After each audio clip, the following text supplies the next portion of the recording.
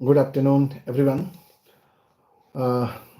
तो आज हमारे प्री डायबिटीज़ के लाइव सेशन में आज का 9वां दिन है और टोटल सेशन का टोटल डेज है 10 सेशन में बेसिकली प्री डायबिटीज़ को हम समझने की कोशिश कर रहे थे।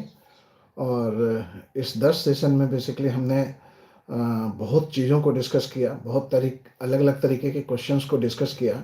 नो डाउट कि आप जो लोग अभी नहीं देख पाए सेशन को, वो बाद में देखेंगे और इस चीज़ को उपयोग में लाएंगे। जो क्वेश्चंस हमने डिस्कस किया वो सारे हमारे यूट्यूब चैनल पे पड़ा हुआ है। आप एक एक करके चैनल पे आइए और देखिए सारे वीडियोस को। इसके बाद आज का पहला क्वेश्चन है कि प्री डायबिटीज़ में इंटरमिटेंट फास्टिंग कितनी फ़ायदेमंद होती है। तो पहला है कि प्री डायबिटीज़ में इंटरमिटेंट फास्टिंग कितनी फ़ायदेमंद होती है। दूसरा क्वेश्चन है कि क्या प्री डायबिटीज़ में फल खा सकते हैं। और तीसरा क्वेश्चन है कि प्री डायबिटीज़ को रोकने के लिए वजन घटाना कितना इम्पोर्टेंट है। तो ये तीनों क्वेश्चन जो है ना, वो बहुत ही इम्पोर्टेंट क्वेश्चन है। आप लोग ध्यान से सुनिए और आपके कोई भी क्वेश्चन होंगे तो आप चैट बॉक्स में डालिए, मैं उसका आंसर दूंगा। तो सबसे पहला क्वेश्चन की ओर चलते हैं कि प्री डायबिटीज़ में इंटरमिटेंट फास्टिंग कितनी फ़ायदेमंद है। तो बेसिकली सबसे पहले ये समझते हैं कि इंटरमिटेंट फास्टिंग होता क्या है। इंटरमिटेंट फास्टिंग एक तरीके का खाने का एक टेक्निक है जिसमें हम eat fast eat fast eat fast इसका एक साइकिल को मेंटेन करते हैं। ईटिंग विंडो हमारा आमतौर पे ईटिंग विंडो 8 घंटे का होता है और फास्टिंग विंडो हमारा 16 घंटे का होता है। 24 घंटे में 8 घंटे ईटिंग और 16 घंटे फास्टिंग। अब ये 8 घंटे जो ईटिंग होता है, इसमें भी हमारा फंडा है कि सिर्फ 2 ही मील होना चाहिए आपका। और भले आप पेट भर के खाओ, उसमें कोई प्रॉब्लम नहीं है, लेकिन मील जो होगा वो सिर्फ 2 ही होगा। लेकिन आप एक मील में कितना खा लोगे, कितना कितना खा लोगे एक मील में। एक मील में आप बहुत ज़्यादा खाओगे तो 800 कैलोरी 900 कैलोरी, फिर भी आप दूसरे मील में उतना नहीं खा पाओगे। तो अल्टीमेटली जो इंटरमिटेंट फास्टिंग जो करते हैं प्री डायबिटीज़ में, उसमें जो सबसे बड़ा गेम है वो है कैलोरी का कम होना। कैलोरी आमतौर पे कैलोरी लोग कम लेते हैं। इंटरमिटेंट फास्टिंग में आमतौर पे लोग कैलोरी कम लेते हैं और जो खुद से इंटरमिटेंट फास्टिंग करते हैं बिना किसी सलाह का, वो तो आप मान के चलो कि सुबह इतना खाते हैं, रात में इतना खाते हैं और बाकी दिन भर पानी पीते रहते हैं। ऐसे कंडीशन में मसल लॉस होता है। लेकिन अगर आपने प्रॉपर तरीके से इंटरमिटेंट फास्टिंग किया, जिसमें 16 घंटे आपको कंप्लीट फास्ट रखना है और 8 घंटे में आपको खाना है, वो भी 2 मील। 2 मील का फंडा ये होता है कि आप जब भी 2 मील खाओगे, जब भी आप 2 मील खाओगे तो 2 मील में आपको प्रोटीन का मैनेजमेंट सबसे इंपॉर्टेंट मैनेजमेंट होता है इसमें। क्यों? क्योंकि ओवरऑल जो हम खाना ले रहे हैं वो खाने में क्या है, कैलोरी तो कम है। आप 2 मील में आप कितना खा लोगे, जहां 3 मील का, तो 3 मील जहां हम खाते हैं मिनिमम, तो 3 मील के जगह पर आप जब 2 मील लेना शुरू करोगे तो 1 मील का तो कैलोरी आपने रिड्यूस किया ना। तो जो 1 मील का कैलोरी आप रिड्यूस कर रहे हो, वो कैलोरी बेसिकली आपको प्रोटीन बढ़ा करके आपको टेक्निकली जो है ना उसको ठीक करना पड़ेगा। अगर आपने प्रोटीन नहीं लिया, बहुत से लोगों का क्वेश्चन होता है कि अरे डॉक्टर, प्रोटीन आप बोलते हो तो प्रोटीन ले कैसे। तो देखो, मेरा अपना मानना है कि आप क्या सोचते हो ये बहुत मायने रखता है, लेकिन मेरा अपना मानना है कि प्रोटीन के लिए आपको जो है ना वे प्रोटीन का इस्तेमाल करना चाहिए। आजकल मार्केट में वे बहुत तरीके का वे है मार्केट में, आप किसी भी वे को आप यूज कर सकते हो। इसके अलावा प्लांट प्रोटीन भी आजकल मार्केट में बहुत ही कॉमनली अवेलेबल है और मैं जो यूज़ करता हूँ वो इंटरनेशनल कंपनी का यूज़ करता हूँ, जो कि लगभग 35 ईयर्स से इस मार्केट में है। मैं पब्लिकली नाम नहीं बताऊंगा, आप अगर मैसेज छोड़ोगे तो मैं आपको रिप्लाई करूंगा। बट आमतौर पे जो बहुत लंबे समय से जो कंपनी चल रही है, आमतौर पे जो कंपनी इस फील्ड में घुसी हुई है और इसी का ही प्रोडक्शन कर रही है, तो ऑब्वियस सी बात है कि उसको आइडिया ज़्यादा होगा। तो जब भी आप प्री डायबिटीज में प्रोटीन मैनेज करने की बात करते हो, तो आपको हर हाल में वे प्रोटीन ऐड कर लेना चाहिए। क्यों? क्योंकि जैसे ही आप नेचुरल तरीके से प्रोटीन को आप लेने की कोशिश करोगे, तो फूड का क्वांटिटी इतना होगा उतने प्रोटीन में। सपोज मुझे 50 ग्राम प्रोटीन चाहिए या 60 ग्राम प्रोटीन चाहिए, तो 60 ग्राम प्रोटीन में आपका इतना, अगर फूड आइटम से लोगे तो इतना फूड होगा 60 ग्राम प्रोटीन में कि आप उतना दिन भर में खा ही नहीं सकते हो। तो ये फिर जो है ना, प्रोटीन का मैनेजमेंट सही नहीं हो पाएगा। तो प्रोटीन के मैनेजमेंट को सही करने के लिए जरूरी है कि आप वे प्रोटीन लिया करो, अगर आप इंटरमिटेंट करने की सोच रहे हो तो। और अगर आप इंटरमिटेंट नहीं करोगे, 3 मील पे रहोगे, 4 मील पे रहोगे, तो फिर नॉर्मल जैसे फूड से आप खाते हो वैसा ही आप खा सकते हो, उसमें कोई प्रॉब्लम नहीं है। अब है कि इंटरमिटेंट फास्टिंग जो करने का टेक्निक है वो है कि बहुत तरीके का इंटरमिटेंट फास्टिंग होता है। तो करने का टेक्निक है, एक टेक्निक होता है 16:8, 16:8 का एक टेक्निक होता है, जिसमें 16 घंटे आपको भूखे रहना है, 8 घंटे में 2 मील में आपको खाना है। दूसरा टेक्निक होता है 5:2। यही दो टेक्निक जो है ना वो चलता है। तो 5:2 में क्या करते हैं, 5:2 में बेसिकली फंडा ये होता है उसका कि 5 दिन आप खाओगे, 2 दिन का उपवास करोगे, या आप चाहो तो 2 दिन जो है वो आप 3 दिन के अंतराल पर भी आप 1 दिन फास्ट कर सकते हो, 3 दिन के अंतराल पे भी 1 दिन फास्ट कर सकते हो। लेकिन जो 5:2 का जो है ना, उसका फंडा होता है कि 5 दिन आपको खाना है और 2 दिन आपको पूरा उपवास रखना है।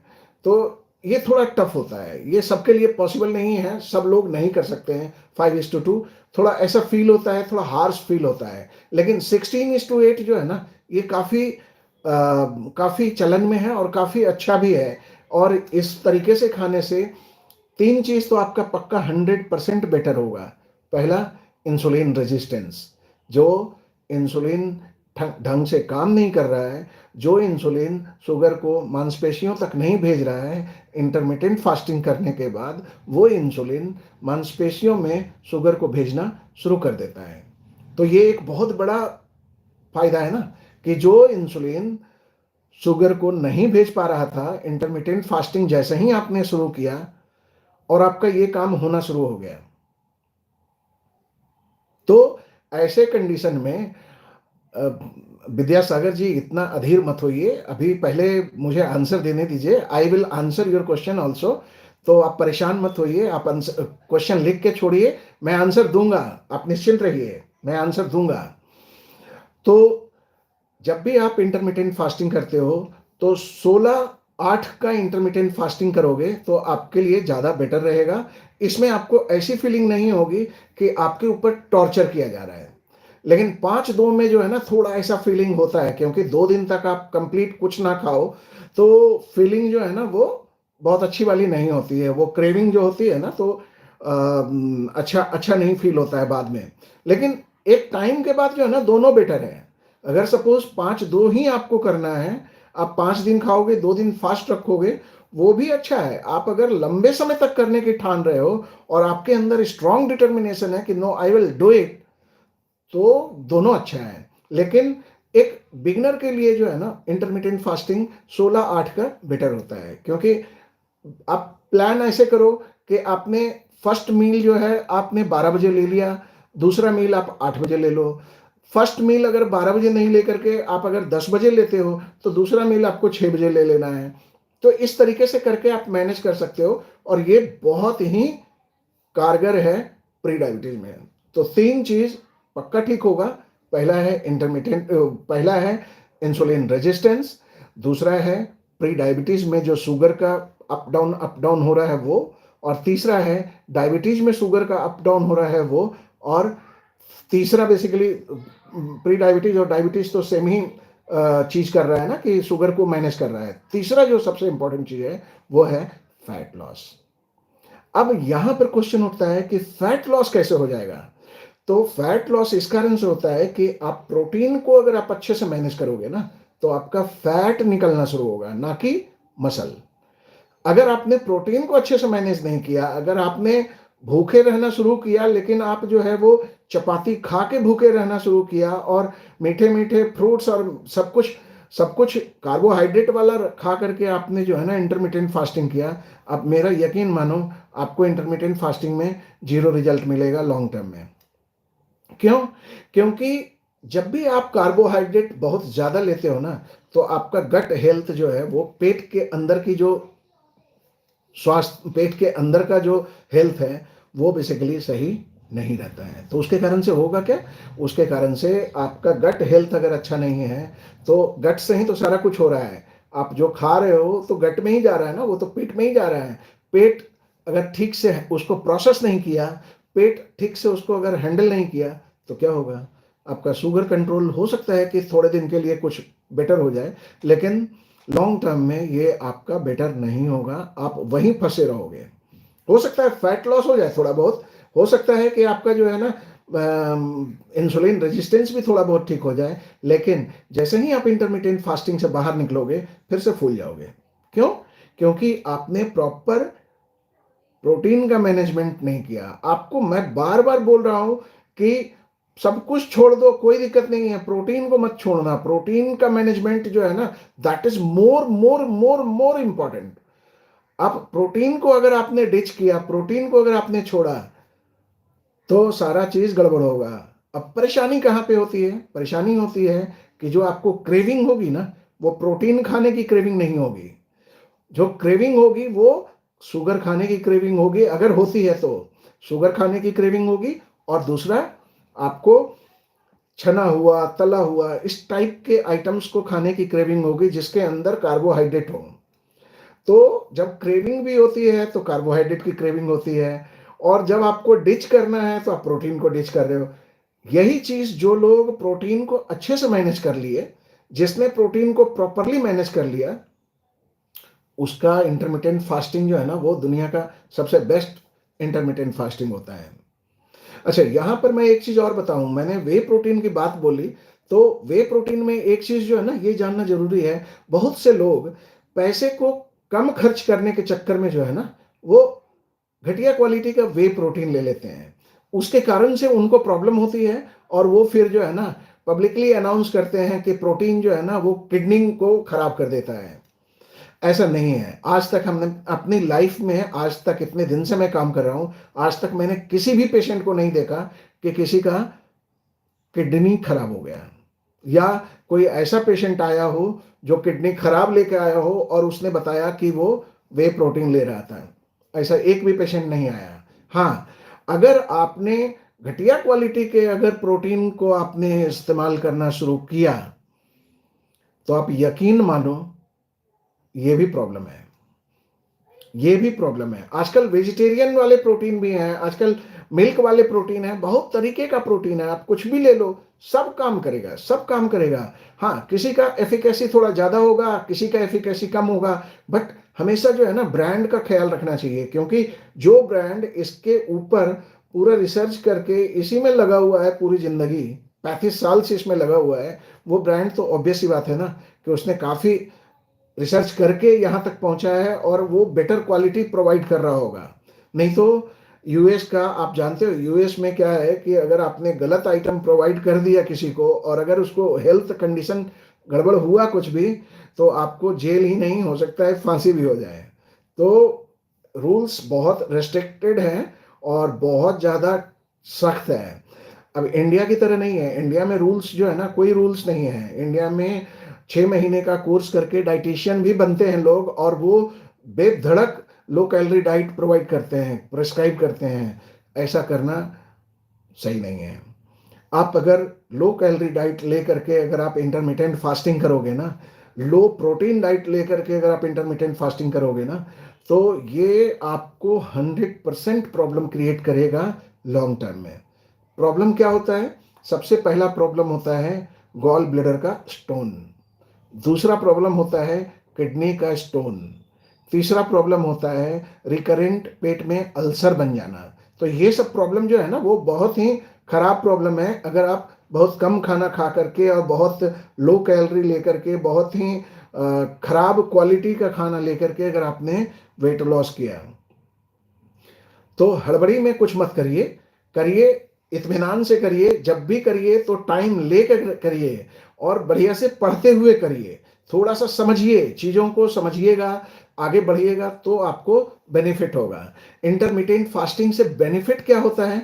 इंटरमिटेंट फास्टिंग से हमने 3 बेनिफिट बताया कि एक तो शुगर कंट्रोल करता है, चाहे वो डायबिटिक हो चाहे प्री डायबिटिक हो, दोनों कंडीशन में शुगर को कंट्रोल करता है। अच्छा, एक चीज़ और मैं बताता हूँ कि आज मैंने एक डायबिटीज़ डाइट प्लान मैंने डाला है। जो लोग नहीं देखे होंगे डायबिटीज़ डाइट प्लान, आज के अपलोडेड वीडियो में आप सर्च करेंगे, आपको डायबिटीज़ डाइट प्लान मिलेगा। ये काफ़ी ही यूज़फुल है। जो लोग अभी तक डाइट नहीं शुरू किए हैं, ये सोच करके कि ये बहुत महंगा होता है या ये पता नहीं किस तरीके का अतरंगी टाइप का डाइट प्लान होगा, तो वो लोग स्टार्ट कर सकते हैं इस डाइट प्लान को। इससे फ़ायदा होगा, पक्का होगा। आप एक बार स्टार्ट करके देखिए। अच्छा, तो मैंने बताया कि इंटरमिटेंट फास्टिंग से आपके शुगर कंट्रोल होते हैं, आपका शुगर बेटर होता है। दूसरा है, आपका वजन भी इसमें कम होता है, फैट लॉस होता है। तीसरा हमने बताया कि आपका इंसुलिन रेजिस्टेंस जो है वो बेटर होता है, मतलब इंसुलिन सेंसिटिविटी बेटर हो जाती है, इंसुलिन रेजिस्टेंस घट जाता है। तो उसके कारण से जो सेंसिटिविटी होती है, मतलब कि जो इंसुलिन हमारा शुगर को उठा करके जो सेल्स के अंदर भेजेगा, मसल्स के अंदर भेजेगा, वो भेजने की प्रक्रिया जो है ना वो बढ़ जाती है। तो ये एक है। एक और बहुत इंपॉर्टेंट फायदा है जिसके कारण से पूरे वर्ल्ड में इंटरमिटेंट फास्टिंग को जो है वो प्रमोट किया जाता है, और वो है ऑटोफैगी। ऑटोफैगी है कि एक ऐसा डिटॉक्स प्रोसेस है बॉडी का जो खुद अपने सेल्स को, जो हार्मफुल सेल्स है ना, उसको खा लेता है। तो आप सोचो कि आपके घर में लकड़ी का काम होता है, तो लकड़ी के काम करने में जब घिसाई होती है उसकी, तो क्या निकलता है? लकड़ी का चैली निकलता है। वो चैली हम लोग ठंड के दिन में अब तो नहीं करते, लेकिन जब से ये समझ में आया कि एक एयर पॉल्यूशन भी चीज़ होता है, तब करना बंद किए। लेकिन ऐसे गांव देहात में अभी भी ये होता है कि जो चैली निकलता है वो चैली को जलाते हैं, जला करके उससे आग सेकते हैं, और बहुत जगह पर तो उससे खाना भी बनता है। तो ये जो चैली बनता है, इसको आप घर में जब आप लकड़ी का काम करवाते हो, तो सारे को एक बोरा में पैक करके, एक जो है वो कंटेनर में पैक करके आप रख देते हो। बॉडी में ऐसे ही कितने लाखों करोड़ों रिएक्शंस जो है ना वो चल रहे हैं।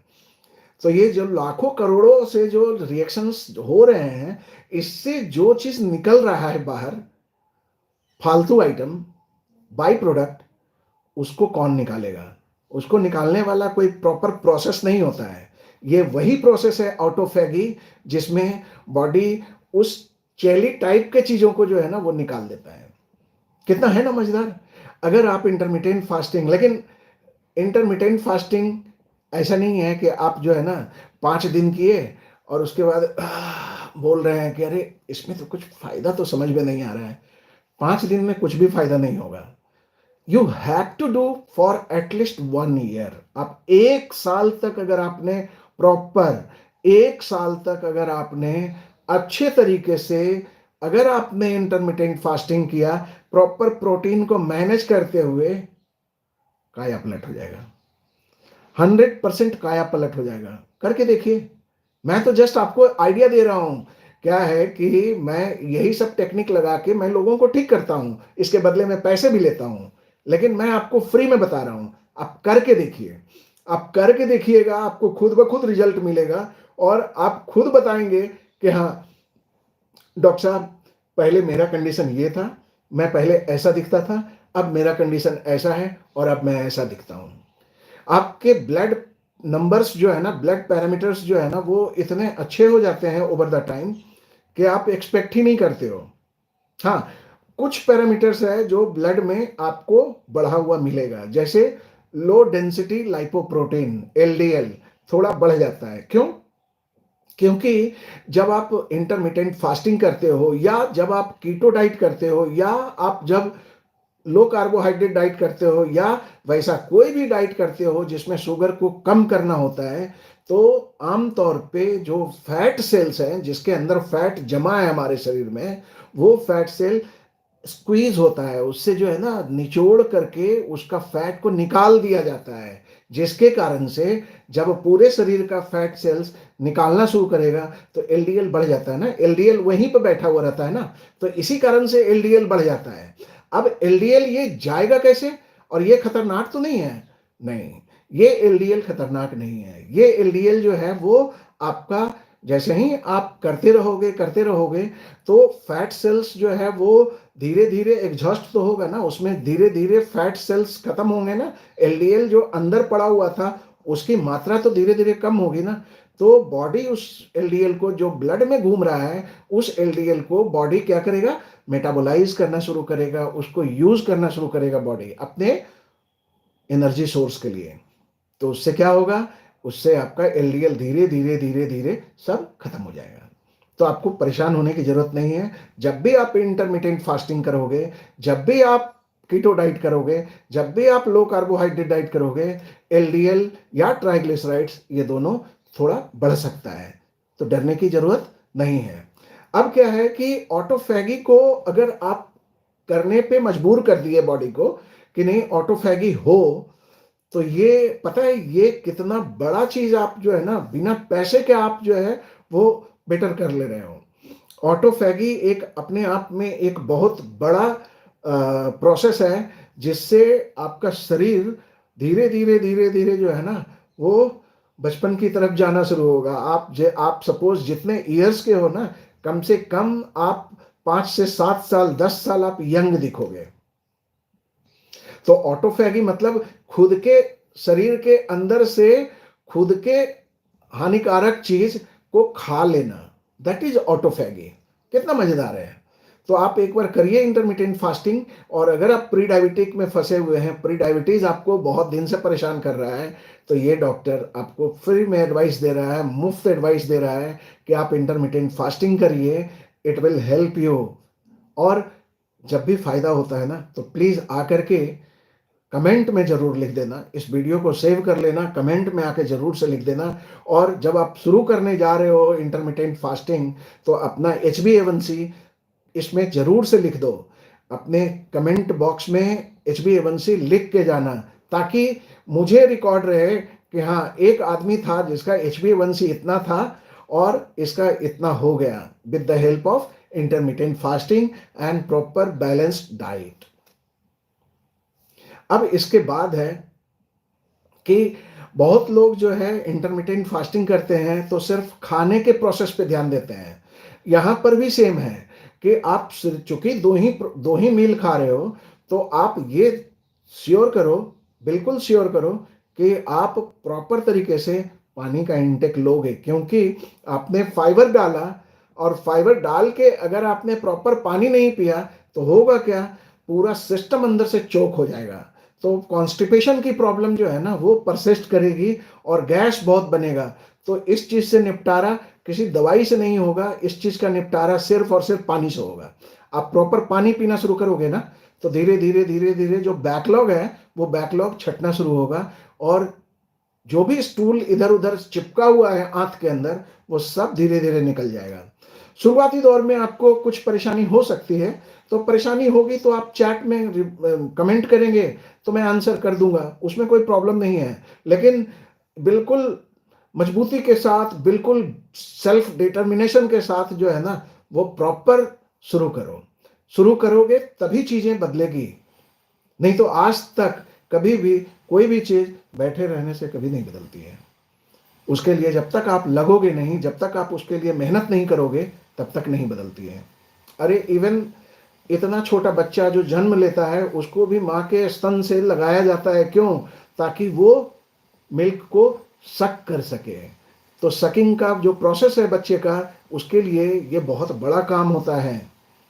लेकिन फिर भी बच्चे को सर्वाइव करना है, ये उसको उसी वक्त से पता है कि सर्वाइव करना है, तो मुझे शक करना पड़ेगा, और बच्चा शक करता है, और उसी के बाद हम और आप सब लोग इतने बड़े हो गए। तो इसलिए सर्वाइवल ऑफ द फिटेस्ट, जिसने बढ़िया से मेहनत किया, जिसने प्रोसेस को बढ़िया से फॉलो किया, जिसने समय के अनुसार अपने आप को ढाला, समय के अनुसार, वो बदल जाता है, वो बेटर हो जाता है। ठीक है, तो ये एक बहुत ही बड़ा, बहुत ही अच्छा प्रोसेस है। आप शुरू करिए, you will feel much better. अच्छा, इंटरमिटेंट फास्टिंग, एक लास्ट क्वेश्चन इंटरमिटेंट फास्टिंग पे। एक क्वेश्चन बार बार पूछते हैं लोग कि इंटरमिटेंट फास्टिंग कितने दिन तक करना चाहिए। देखो, आम तौर पे क्या है ना, कि कोई भी चीज़ बहुत लंबे समय तक नहीं करना चाहिए, क्योंकि आप कर ही नहीं पाओगे। वो एक इमोशन होता है ना, एक सेम रूटीन अगर आप फॉलो करने लगोगे ना, तो मज़ा आना बंद हो जाएगा। जैसे आप ऑफिस में बहुत ज़्यादा काम कर रहे हो, तो आपको एक दिन बोर लगने लगेगा। अगर ऑफिस में आप बैठे रह रहे हो सारा दिन, तो भी बोर लगेगा। तो एक मॉडरेट तरीके से इंटरमिटेंट फास्टिंग आप 1 साल लगातार करो, या 6 महीने लगातार करो, बीच में 2-4 महीने का गैप दे दो, फिर से शुरू करो। और इस तरीके से जो है ना, वो बेटर रहता है इंटरमिटेंट फास्टिंग करना। इंटरमिटेंट फास्टिंग करने के लिए जो सबसे बढ़िया डाइट होता है, वो डाइट होता है मेडिटेरेनियन डाइट, जिसमें हम जो डाइट आपको प्रेस्क्राइब किए, आप जाना, अभी मैंने डायबिटीज डाइट प्लान अपलोड किया है। मैं जो डायबिटीज डाइट प्लान अपलोड किया हूँ, वो डाइट बेसिकली वो मेडिटेरेनियन टाइप का ही डाइट है। तो आप जब मेडिटेरेनियन डाइट लेते हो, तो डायबिटीज़ भी कंट्रोल होता है, प्री डायबिटीज़ भी कंट्रोल होता है। और अगर आप इस चीज़ को इंटरमिटेंट फास्टिंग के तौर पे लेते हो, 2 मील वाले प्लान से लेते हो, तो ये और भी तगड़ा काम करता है। लेकिन रिजल्ट सब में वेरिएबल होता है। ऐसा नहीं है कि एक रूल सबके लिए फॉलो होगा। हो सकता है किसी को फ़ायदा ना भी करे, लेकिन 99% लोगों में जो फ़ायदा होता है। अगर 1% में आप पढ़ रहे हो, तो जब तक करोगे नहीं, तो पता कैसे चलेगा कि 1% में हो या 99% में। करो ना, करके देखो। अगर आप 1% में होगे, मेरा दूसरा प्रोसेस होगा, आप आगे चैट में तो लिखो ना कि आपको फ़ायदा किया कि नहीं किया। आप अगर बताओगे, तो हम आगे का प्रोसेस बताएंगे कि अब आपको क्या करना चाहिए। अब है कि प्री डायबिटीज में कौन सा फ्रूट खाना चाहिए। अगर किसी को प्री डायबिटीज है, तो कौन कौन सा फ्रूट खा सकता है। तो देखो, नॉर्मली मेरे तरफ से मैं जितना समझ पाया हूँ प्री डायबिटीज को अभी तक, और जितना मैंने लोगों को ठीक किया है, तो मैं इसमें लो ग्लाइसेमिक इंडेक्स वाला, लो ग्लाइसेमिक लोड वाला मैं सारा फ्रूट ऐड करता हूँ।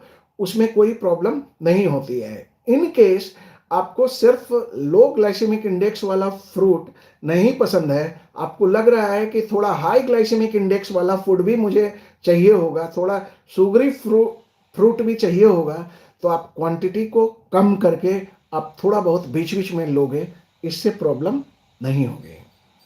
सेम प्रोसेस आपके खाने पर भी है कि इन केस आपने महीना 2 महीना बिल्कुल एक अच्छे बच्चे की तरह आपने सब कुछ फॉलो किया, और आपके घर में कोई पार्टी है, या बच्चे का बर्थडे है, या आपका बर्थ एनिवर्सरी है, ये बर्थडे है, या मैरिज एनिवर्सरी है, या किसी भी तरीके का कुछ भी एनिवर्सरी है, या कहीं कोई पार्टी है जहाँ की आपका जाना जरूरी है और आपको खाना जरूरी है, जाओ बिंदास खाओ, कुछ नहीं होगा। लेकिन हमेशा याद रखना कि वैसा जो भी आइटम है जिसके अंदर मीठा बहुत ज़्यादा है, अनहेल्दी आइटम्स बहुत ज़्यादा है, try to consume in lesser amount. थोड़ा अमाउंट लो। उससे होगा क्या कि आपको सामने वाले को ये भी नहीं बोलना पड़ेगा कि हाँ मैंने नहीं खाया, और सामने वाला जो है ना, वो हैप्पी भी होगा कि अरे सब कुछ खा लेते हैं, कोई दिक्कत नहीं है। वो तो लोग बोल रहा था कि डाइट करते हैं तो कुछ नहीं खाते हैं। ऐसा नहीं है। आप डाइट को गलत तरीके से इंटरप्रेट करते हो। डाइट को ऐसे मत लिया करो कि आप डाइट कर रहे हो तो आप कुछ नहीं खाओगे। नहीं, ऐसा नहीं है। आप महीने 2 महीने में या महीने में एक बार ही कम से कम आप कुछ खा सकते हो, लेकिन क्वांटिटी कम करके खाओ, जिससे कि आपका भी एक बात रह गया और मेरा भी बात रह गया। मुझे झूठा मत बनाना कि पता चला कि मंथ में जो है ना 5 बार आपने जो है वो आउटसाइड फूडिंग खा लिया, तो वैसे तो सारा गड़बड़ हो जाएगा। लेकिन प्रोसेस में अगर आपने स्मॉल क्वांटिटी में आप अगर हाई ग्लाइसेमिक इंडेक्स वाला भी फूड खाते हो तो it will not cause any problem. कम से कम इतना तो पक्का है कि उस लेवल का शुगर जो है ना स्पाइक नहीं होगा। तो कौन कौन सा ऐसा फ्रूट है जो आमतौर पे आप बिना डरे आप आराम से ऐड कर सकते हो? तो 5 फ्रूट मैं बताता हूं। 5 फ्रूट आप हमेशा याद रखना। पहला है सेब, एप्पल। दूसरा है पियर मतलब नाशपाती। तीसरा है जामुन। चौथा है अमरूद। पांचवा है संतरा। ये सब वो चीज है जो आप बेधड़क ऐड कर सकते हो। बाकी आलू बुखारा है वो कर सकते हो। कोई बैर खाता है, बैर खा सकता है, कोई दिक्कत नहीं है। तो ये सब फ्रूट जो है आप आराम से, या बाबू गोसा, दिल्ली में एक बाबू गोसा मिलता है वो आप खा सकते हो। ऐसा कोई भी फ्रूट जो बहुत मीठा नहीं है आप बेधड़क खाओ, कुछ नहीं होगा। लेकिन अब कौन सा फ्रूट मुझे बंद करना है, तो उसमें सबसे पहला आता है केला। दूसरा है आम। तीसरा है लीची। चौथा है चीकू। पांचवा है अंगूर। छठा है आपका कस्टर्ड एप्पल जो शरीफा जिसको बोलते हैं। तो ये सब वो फ्रूट है जो आप लोगे तो इससे शुगर बढ़ने की संभावना बनी रहेगी। But if you are taking in a small amount it will not cause any problem. तो आप स्मॉल अमाउंट में कभी कभार कंज्यूम कर लो, कुछ नहीं होगा। लेकिन अगर आपने रेगुलर बेसिस पे कंज्यूम करना शुरू किया तो गड़बड़ होगा। अब यहां पर एक चीज है और है जो बहुत लोग गड़बड़ करते हैं, खास करके अभी कुछ लोगों का जो डाइट प्लान चल रहा है तो वो मैसेज मुझे छोड़ते हैं कि फलाने कंपनी का मैं जूस पी लूं, फलाने कंपनी का मैं ये शरबत है वो शरबत ले लूं, फलाना जो है वो नेचुरल फाइबर है इसके अंदर और ये थोड़ा मीठा होता है लेकिन नेचुरल फाइबर लिख रहा है तो क्या मैं ये ले लूं? Answer is no. आप अगर सपोज आपको मीठा ही खाने का मन कर रहा है ना, तो आप डाइट से बाहर निकल के आप थोड़ा फ्रूट ही खा लो एक और एक्स्ट्रा, वो ज्यादा बढ़िया रहेगा। लेकिन जूस नहीं पीना है फ्रूट का। वो फाइबर के कारण से ही मैं बोल रहा हूं आपको फ्रूट खाने के लिए, और आपने क्या किया, फाइबर को ही निकाल दिया और जूस पीना शुरू कर दिए। तो वैसे जितने लोग हैं जो यूपीएससी एस्पिरेंट होते हैं और जो तैयारी कर रहे हैं, उस कोने पे जो है ना, आप अगर उसमें जाओगे ओल्ड राजेंद्र नगर में, जहां पर कि यूपीएससी के छात्र जो है ना लगे हुए रहते हैं जूस कॉर्नर पे, वो जूस बना किस चीज का रहा है, मौसमी का जूस बना रहा है, लेकिन ऊपर से जो है ना चीनी उसमें डाल के दे रहा है मीठा करने के लिए। बच्चे पीते हैं और उनको ऐसा फील होता है कि जैसे एनर्जी आ गई। अरे भाई वो एनर्जी नहीं आ रही है, गलत इंटरप्रिटेशन कर रहे हो। वो एनर्जी नहीं आ रही है, वो बेसिकली आपका हैप्पी हार्मोन निकल रहा है थोड़ी देर के लिए। 5 मिनट 10 मिनट के अंदर फिर से आप जो है ना पहले वाली स्थिति में आ जाओगे। ऐसा मत करो, ऐसा करोगे तो गड़बड़ हो जाएगा। सारा ये फ्रुक्टोज जो है, फ्रूट के अंदर फ्रुक्टोज होता है, ये सारा फ्रुक्टोज निकल के लीवर पे लोड डालेगा, लीवर को क्लॉग करेगा, लीवर को जाम करेगा और लीवर में इंसुलिन रेजिस्टेंस बढ़ाएगा। उससे क्या होगा, फैटी लीवर, ट्राइग्लिसराइड्स और कोलेस्ट्रॉल और यूरिक एसिड, ये सब बढ़ना शुरू हो जाएगा। आप बोलोगे अरे मैं तो इतना हेल्दी खाता हूं, मैं तो रोज दिन जूस पीता हूं। यही तो गड़बड़ कर रहे हो, जूस पी रहे हो। जूस नहीं पीना है। अगर आप यूरिक एसिड से परेशान हो, जूस नहीं पीना है। फ्रूट्स जो खा रहे हो वो पूरा फुल फ्रूट खाओ, होल फ्रूट खाओ। आप उसका कोई भी आइटम को निकाल के निचोड़ के आप जो है ना सिट्ठी को फेंक दिए, फाइबर को फेंक दिए और सिर्फ जूस पी रहे हो, तो सारा गड़बड़ आप खुद ही कर रहे हो। ऐसा नहीं करना है। ऐसा अगर आपने किया तो आपको परेशानी होगी ही होगी। इसके अलावा है कि अगर आप फ्रूट्स लेते हो, सपोज आप इंटरमिटेंट फास्टिंग नहीं कर रहे हो, आप नॉर्मल तरीके से खाना खा रहे हो और आपने फ्रूट्स लेना शुरू किया, तो बेटर है कि फ्रूट्स को जो है ना आप खाने के साथ मत ऐड करो। आप बीच में फ्रूट्स को ले लिया करो। ब्रेकफास्ट और लंच के बीच में आप फ्रूट्स को ले लो, लंच और डिनर के बीच में फ्रूट्स को ले लो। उससे क्या होगा, आपका मीठा खाने का जो एक क्रेविंग अंदर से होता है ना वो भी सेटिस्फाई हो गया, और दूसरा आपको एनर्जी भी मिल गई और एक अच्छे क्वांटिटी में फाइबर भी मिल गया, तो आप सेटिस्फाइड रहोगे। और फ्रूट्स खाना किसे नहीं पसंद, फ्रूट्स खाना शायद ही ऐसा दुनिया में कोई आदमी होगा जिसको फ्रूट्स खाना नहीं पसंद है। तो फ्रूट्स आप इस टाइम पे ऐड करोगे तो ये आपको ज़्यादा हेल्प करेगा। कितना फ्रूट्स खाना चाहिए एक दिन में, एक नॉर्मल आदमी को कितना फ्रूट्स खाना चाहिए, खास करके वैसे लोगों को जिसको प्री डायबिटीज हो। तो एक दिन में आम तौर पे 200 ग्राम से ज़्यादा फ्रूट्स मत खाओ। अगर आप 200 ग्राम से ज़्यादा फ्रूट्स खा रहे हो तो फिर ये जो है ना लीवर के ऊपर जो है जोर डाल सकता है, पॉसिबल है। तो लीवर को सेफ रखने के लिए, लीवर को बेटर करने के लिए आप फ्रूट्स सीमित क्वांटिटी में खाओ। ऐसा नहीं है कि अनलिमिटेड फ्रूट्स खाना है, अनलिमिटेड फ्रूट्स कभी नहीं खाना होता है। हाँ, थोड़ा बहुत आप बीच में कभी ऐसा हुआ कि कहीं जा रहे हैं, ऑप्शन नहीं मिला खाने का, फ्रूट्स ही ऑप्शन है, तो आप फ्रूट्स खा लो, कोई दिक्कत नहीं है। लेकिन रेगुलर बेसिस पे नहीं। रेगुलर बेसिस पे तो जो नॉर्मल फूड बनता है घर पे खाना, वही खाना है। तो ये चीज है। इसके बाद है कि प्री डायबिटीज को रोकने के लिए वजन घटाना कितना महत्वपूर्ण है। मतलब प्री डायबिटीज अगर किसी को हो रखा है और वो मोटा भी है, तो उसको वजन घटाने से क्या प्री डायबिटीज बेटर हो जाएगा? आपको क्या लगता है? आप कमेंट बॉक्स में एक बार लिखिए कि क्या लगता है आपको। अगर प्री डायबिटीज किसी को है, तो अगर वो वेट कम रिड्यूस करेगा तो उसका प्री डायबिटीज बेटर होगा कि नहीं होगा? आपको क्या लगता है? जस्ट आप एक एक लाइन में एक लिख दीजिए, वजन कम होगा या नहीं होगा, यस और नो। आप लोग इतने देर से मेरा देख रहे हैं वीडियो, कम से कम एक बार कमेंट तो करिए, पता तो चले कि हाँ सारे लोग जो है ना वो यहीं पे हैं, कहीं और नहीं है, कुछ बताते ही नहीं। ओके, तो बेसिकली अगर आप प्री डायबिटीज में वजन को कम करते हैं तो निश्चित रूप से आपको बेनिफिट होगा, इसमें कहीं कोई दो मत नहीं है। अगर वजन कम करते हैं तो सिर्फ प्री डायबिटीज नहीं बल्कि आपका डायबिटीज में भी हेल्प होगा, और इंसुलिन रेजिस्टेंस को भी ठीक करने में हेल्प करेगा। और इसके अलावा जितने भी पीसीओडी हैं, जितने भी लाइफस्टाइल डिजीज हैं, इवन आपका यूरिक एसिड में भी हेल्प होगा, इवन आपका थायराइड के प्रॉब्लम में भी हेल्प होगा। तो मल्टीपल जगह पे वजन कमाने का हेल्प होता है। लेकिन कितना वजन कम करें जिसमें कि मुझे एक कुछ फायदा मिलने लगे? ऐसा कितना वेट कम करना चाहिए जिससे कि मुझे ये सारे चीज का बेनिफिट जो है ना वो मिलना शुरू हो जाए? आप बता सकते हैं कितना वजन कम करना बेटर होता है? अगर एक आदमी वजन कम करना चाह रहा है, मुझे नहीं पता है कि उसका वेट कितना है, लेकिन ये पता है कि वो मोटा है और उसको वजन कम करना चाहिए, तो आप ऐसे कैलकुलेट करो कि जितना आपका वेट एट प्रेजेंट है उसका कम से कम 10 to 15% वेट आपको रिड्यूस करना चाहिए।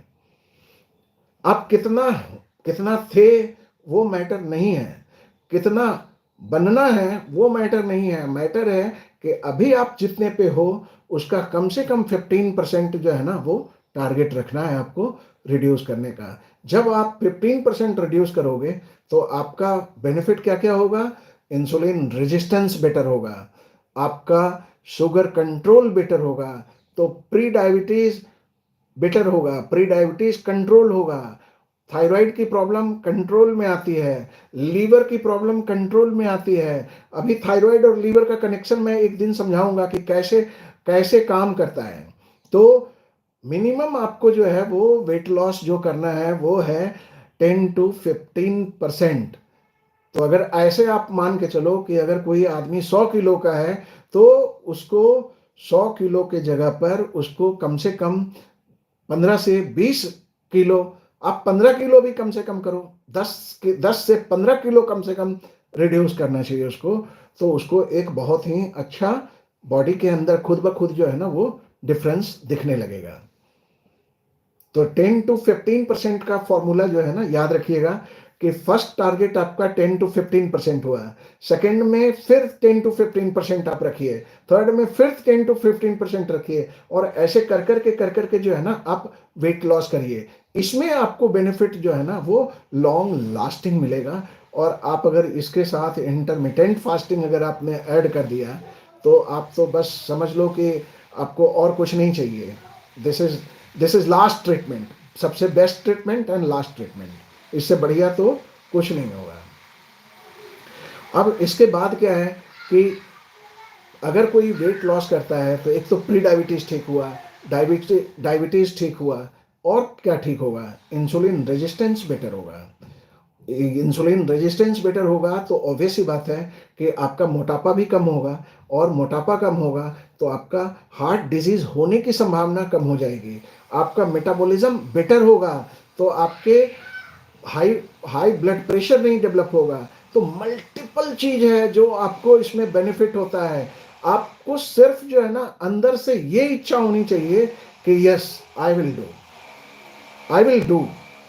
तो ये इच्छा होनी चाहिए और ये सोच करके जो है ना बिल्कुल एकदम लगना है इस बार कि प्रॉपर तरीके से आप इसको करो और देखो कि नहीं कैसे डिफरेंस होता है। पक्का डिफरेंस होगा।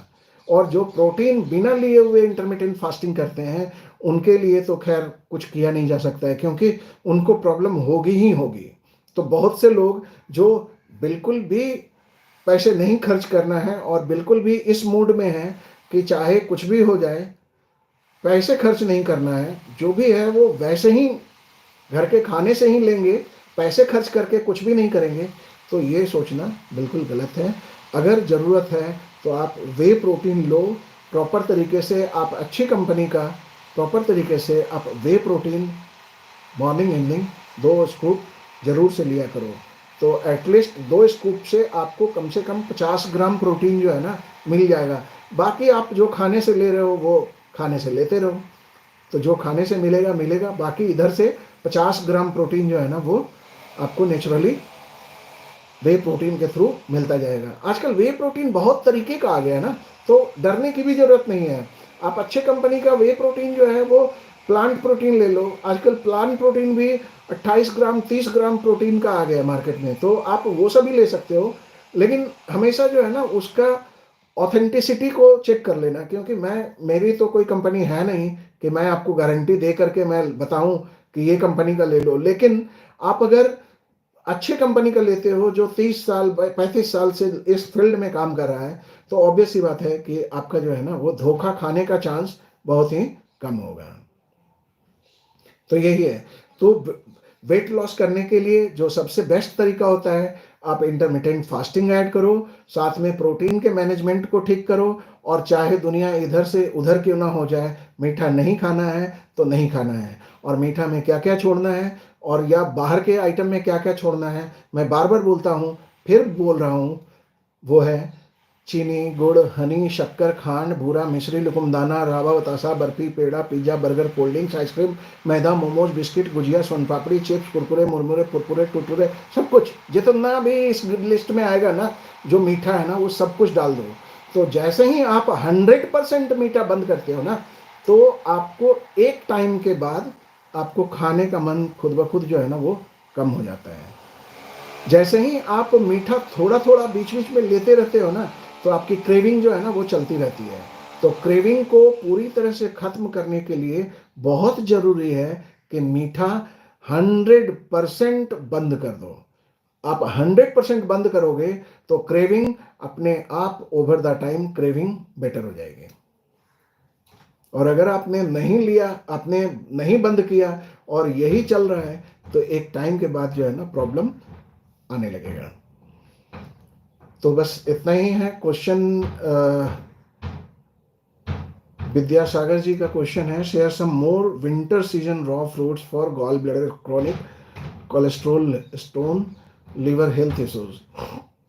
ये सारा चीज जो मैंने बताया, ये जितना भी चीज खाने का मैंने बताया है, डायबिटीज वाले डाइट में मैंने जो बताया है, कोलेस्ट्रोल डाइट में जो मैंने बताया है, आप थोड़ा सा एक्सप्लोर करिए। वेबसाइट पे, इस पे यूट्यूब चैनल पे मैंने अभी रिसेंटली सब कुछ डाला है। 5 दिन का डाइट प्लान फॉर कोलेस्ट्रोल। तो अभी आज मैंने डाला है कि डायबिटीज डाइट प्लान, तो कैसे डायबिटीज को हैंडल करेंगे, तो आपको आइडिया उसी से तो लगेगा। ऐसा नहीं है कि कोई ऐसा चीज बता दें डॉक्टर साहब कि बस उसको हम खाएं और खा करके एकदम बिल्कुल नॉर्मल हो जाए। ऐसा नहीं होता है कुछ भी। आपको बेसिकली सब कुछ घर का ही आइटम खाना है। जो जो हम बाहर का मना कर रहे हैं खाने के लिए, आपको वो सब छोड़ना है। गॉल ब्लैडर का प्रॉब्लम तो तभी होता है जब आप बाहर का बहुत ज़्यादा आप फैट, कोलेस्ट्रोल फैट और वो जो अनहेल्दी फैट है वो आप खा रहे हो, तभी तो कोलेस्ट्रोल की प्रॉब्लम दिक्कत होती है, और तभी तो ये गॉल ब्लैडर की प्रॉब्लम जो है ना वो डेवलप होती है। तो आप अगर प्रॉपर तरीके से खाना शुरू करोगे, प्रॉपर जैसे-जैसे मैंने बताया वैसे खाना शुरू करोगे, ये तीनों चीज़ में आपको हेल्प होगा। Raw diet for gall bladder cholesterol issue with liver. देखो रॉ खाने की आइडिया मतलब उसका कौन बताया कि रॉ खाना चाहिए? देखो शरीर को इतना ही टॉर्चर करो जितना टॉर्चर वो सह सके। क्या रॉ खाने से क्या आप जल्दी ठीक हो जाएँगे? मुझे नहीं लगता है। और इवन ऐसा होगा एक टाइम के बाद कि आप जो है ना रॉ खाते-खाते एक बार आप ऐसा टूटेंगे कि फिर ना देखेंगे इधर, ना देखेंगे उधर और बस छोले-भटूरे के अलावा आप कुछ नहीं खाएँगे। तो ऐसा मत करिए, एक्सट्रीम पे मत जाइए। या तो एकदम बिल्कुल कुछ नहीं खाना है और नहीं तो फिर सब कुछ खाना है। ऐसे वाले एक्सप्रेशन में अगर आप रहेंगे ना तो प्रॉब्लम होगी। तो विद्यासागर जी मैं आपको यही सजेस्ट करता हूँ कि जो कोलेस्ट्रॉल और ट्राइग्लिसराइड्स वाला डाइट प्लान था, जो आज डायबिटीज़ वाला डाइट प्लान है, उसको भी आप अगर हैंडल करते हो ना, तो ये प्रॉब्लम आपकी सॉल्व हो जाएगी। Doctor vegan diet for better gut health. Vegan सारा वीगन डाइट ही मैंने दिया है, कुछ ऐसा डाइट नहीं दिया है। हाँ, मेरे हिसाब से जो है ना एकदम कंप्लीट वीगन में फिर प्रोटीन का मैनेजमेंट बहुत गड़बड़ होता है। तो मैं वीगन डाइट आप जहाँ-जहाँ लग रहा है कि आप जो है वो पनीर डाला हुआ है तो आप पनीर हटा करके आप जो है वो प्लांट बेस्ड प्रोटीन डाल लो। हो गया वीगन। सारा कुछ तो मैंने दिया हुआ है, बस आपको चीज़ों को वहाँ से सिर्फ हटाना है और प्रोटीन को वहाँ डालना है। प्लांट बेस्ड प्रोटीन को वहाँ डालना है। इसी से वीगन हो जाएगा ना वो। Please help to consult from your respected sir raw diet for these issues. मैंने बताया अब तो रॉ डाइट मेरे हिसाब से लेना उचित नहीं है। अगर आपको किसी ने समझाया है या इंटरनेट पे आपने देखा है कि रॉ डाइट खाने से आपका कोलेस्ट्रॉल जल्दी ठीक हो जाएगा या आपका ये गॉल ब्लैडर बेटर हो जाएगा, तो ऐसा नहीं है। आप हमेशा याद रखिएगा ये चीज जो है ना गांठ बांध के रखिए। एक बार गॉल ब्लैडर स्टोन डेवलप हो गया तो ये हो गया। अब आपका जो नेक्स्ट मैनेजमेंट है वो सर्जरी है सिर्फ, और कोई तरीका नहीं है। आप अगर ये दिमाग लगाते हैं कि रॉ डाइट खाने से, रॉ फ्रूट्स खाने से, रॉ वेजिटेबल्स खाने से आपकी समस्या ठीक हो जाएगी, तो ये आप गलत सोच रहे हैं। ऐसा नहीं होगा। मेरे पास बहुत से पेशेंट आते हैं जो गॉल ब्लैडर स्टोन लेके आते हैं, किसी का ठीक नहीं होता है। बहुत लोग जो है ना वो एक डिटॉक्स, वो एक तरीका है कि वो कुछ कुछ आइटम ऑलिव और नींबू ये सब मिला उला करके पीते हैं, उससे भी ठीक नहीं होता है। वो जो है वो जो कलर चेंज होकर के निकलता है स्टूल से, वो बेसिकली जब भी आप ऑलिव के अंदर आप लेमन डालते हो ना, उसके कारण से वो कलर चेंज होता है। ऐसा गड़बड़ी मत करना कि अननेसेसरी का जो है ना वो स्टोन को मैनेज करने की कोशिश मत करना इस तरीके से, क्योंकि इससे आपको नुकसान होगा। और दूसरा चीज है कि अगर गलती से गॉल ब्लैडर का जो स्टोन है अगर वो खिसक के अगर गॉल ब्लैडर के मुंह पे आके अटक गया, दिस इज इमरजेंसी सर्जरी। इसके लिए आपको इमरजेंसी में ऑपरेट करना पड़ेगा। तो कोई भी ऐसा चीज जो ऑथराइज नहीं है, जो आपका कहीं मेडिकल साइंस में कहीं नहीं लिखा हुआ है, कोई क्वैक बोल रहा है या कोई ऐसे ही लोग बोल रहे हैं जो कभी जिंदगी में कभी पेशेंट नहीं देखे हैं, तो आप उनकी बात पे जाकर के जो है ना ऐसा मत करना। ऐसा करोगे प्रॉब्लम होगी। तो फिर आप मेरे पास ही आओगे यहाँ पर मैसेज छोड़ने कि डॉक्टर ऐसे ऐसे किया तो ऐसे हो गया, तो कोई फायदा नहीं है ना उसका। जो सही चीज है वो मैं समझा रहा हूँ। हाँ, आप एक काम कर सकते हो कि अगर गॉल ब्लैडर का स्टोन डेवलप हो चुका है तो आप अच्छा समय देख करके उसका सर्जरी करवा के आप निकलवा दो, ये ज़्यादा बेटर रहेगा आपके लिए। गॉल ब्लैडर का स्टोन अपने से कभी किसी भी कंडीशन में बेटर नहीं होता है। और जो आपने सुना होगा कभी कि गॉल ब्लैडर का स्टोन जो है वो खुद ब खुद निकल गया, वो बेसिकली सारे सेटिंग्स रहते हैं। और वो पहले अल्ट्रासाउंड करके जो है ना गॉल ब्लैडर का स्टोन निकालेंगे, उसके बाद कुछ जड़ी बूटी देंगे आपको, कुछ कुछ ऐसा चीज़ देंगे जो कोई खा नहीं सकता है, कोई पी नहीं सकता है, और उसके बाद बोलेंगे देखो जो है ना हमने दोबारा अल्ट्रासाउंड करवाए और दोबारा में जो है ना वो, क्योंकि पहले ही नहीं था वो। जब भी आपको डाउट होता है कि अल्ट्रासाउंड में स्टोन आया है ना, तो आप कभी किसी के डॉक्टर के बोले हुए जगह पर कभी मत जाओ। आप हमेशा खुद का सुनो। और सबसे बेस्ट तरीका क्या होता है, कहाँ जाना चाहिए ऐसे कंडीशन में, हमेशा हॉस्पिटल बेस्ड जो लैब है ना उसमें जाइए। जो बड़े बड़े लैब्स हैं ना, क्योंकि उनके लैब में उनके यहाँ जो डॉक्टर करते हैं ना अल्ट्रासाउंड, उनको पता होता है कि बेसिकली ये अल्ट्रासाउंड से स्टोन दिखेगा कि नहीं दिखेगा, कहाँ पर प्रोब रखना है, ये सब चीज जो है ना वो एक डॉक्टर ही कर सकता है। और उसके बाद अगर सचमुच में स्टोन आता है तो गो फॉर सर्जरी। और बीच में कुछ भी रास्ता नहीं है, कुछ भी रास्ता नहीं है। आप जितना भी मेहनत कर लो कोई फायदा नहीं है, सिर्फ समय खाएगा आपका लोग और कुछ नहीं करेगा। इसके बाद है सर वेजिटेरियन और प्रोटीन पाउडर लेने से, वेजिटेरियन हूँ और प्रोटीन पाउडर लेने से डर लगता है कहीं कोई ज़्यादा साइड इफेक्ट ना हो, प्रोटीन कैसे मैनेज करूँ। अमृता, मैंने अभी आपको बताया कि वेजिटेरियन है तो ऑब्वियस ही बात है कि प्रोटीन तो आपको लेना पड़ेगा, क्योंकि प्रोटीन तो आपका उस लेवल का पहुंच ही नहीं रहा है। लेकिन आप अगर अच्छे क्वालिटी का प्रोटीन लेते हो ना तो इसमें डरने की जरूरत बिल्कुल भी नहीं है, आप निश्चिंत होकर लो। मैं भी लेता हूँ, ऐसा नहीं है कि मैं आपको एडवाइस कर रहा हूँ और मैं नहीं लेता हूँ, मैं भी लेता हूँ, लेकिन इससे कोई प्रॉब्लम नहीं होती है। लेकिन प्रोटीन लेने का हमेशा एक फंडा होता है कि हमेशा प्रोटीन उतना ही लो जितनी आपकी ज़रूरत है। अननेसेसरी का जो है ना वो 5 स्कूप 10 स्कूप 12 स्कूप ऐसे करके खा रहे हैं तो ये गलत होता है। ऐसा तो आप चिकन से भी या लोगे या पनीर से भी लोगे या किसी भी सोर्स से इतना इतना प्रोटीन खाओगे तो खराब हो जाएगा किडनी। प्रोटीन कितना लेना चाहिए? 1 ग्राम पर केजी बॉडी वेट, तब जब आप नॉर्मल अपने लाइफ को लीड कर रहे हैं, कोई तरीके का कोई टारगेट नहीं है, बस आप एक हेल्दी लाइफ जीना चाहते हैं। अगर आपका टारगेट है कि वेट लॉस करना है तो आपको ये प्रोटीन थोड़ा अप करना पड़ता है, वो डिपेंडिंग ऑन द रिस्पॉन्स कि शुरुआत में कैसा रिस्पॉन्स मिल रहा है उसके बेसिस पे फिर कस्टमाइज करना पड़ता है उसको कि कितना प्रोटीन दें जिससे कि बेनिफिट हो। और प्रोटीन कैसे मैनेज करें? तो प्रोटीन का सोर्स देखिए क्या है। वेजिटेरियन है तो आपको पनीर है, टोफू है, राजमा है, छोले है, चना है, सोयाबीन है, इसके अलावा वे प्रोटीन है, पी प्रोटीन है, राइस प्रोटीन है, ऑल वे प्लांट प्रोटीन है। तो मल्टीपल तरीके का ऑप्शंस है, आप कुछ भी आप इस्तेमाल करते रहो। कुछ नहीं करने से बेटर है कुछ करो। आप अगर प्रोटीन थोड़ा सा भी मैनेज करते हो ना ढंग से तो आपका हेल्थ जो है ना वो मल्टीप्लिकेशन अगर आप देखोगे तो 10 टाइम्स 20 टाइम्स बेटर हो जाएगा। क्यूनोआ का रितिका पूछ रही है, क्यूनोआ का सब्स्टिट्यूट क्या क्या क्या हो सकता है? क्यूनोआ के बदले में आप चाहें तो दलिया ले सकते हैं, क्यूनोआ के बदले में आप चाहें तो एक रोटी ऐड कर सकते हैं, क्यूनोआ के बदले में आप चाहें तो राइस थोड़ा ऐड कर सकते हैं, क्यूनोआ के बदले में आप चाहें तो मल्टीपल चीज़ आप ऐड कर सकते हैं। दलिया भी बहुत तरीके का दलिया आता है, मिलेट्स ऐड कर सकते हैं, तो बहुत से आइटम्स हैं जो आप ऐड कर सकते हैं। ग्रेप्स कितना खा सकते हैं?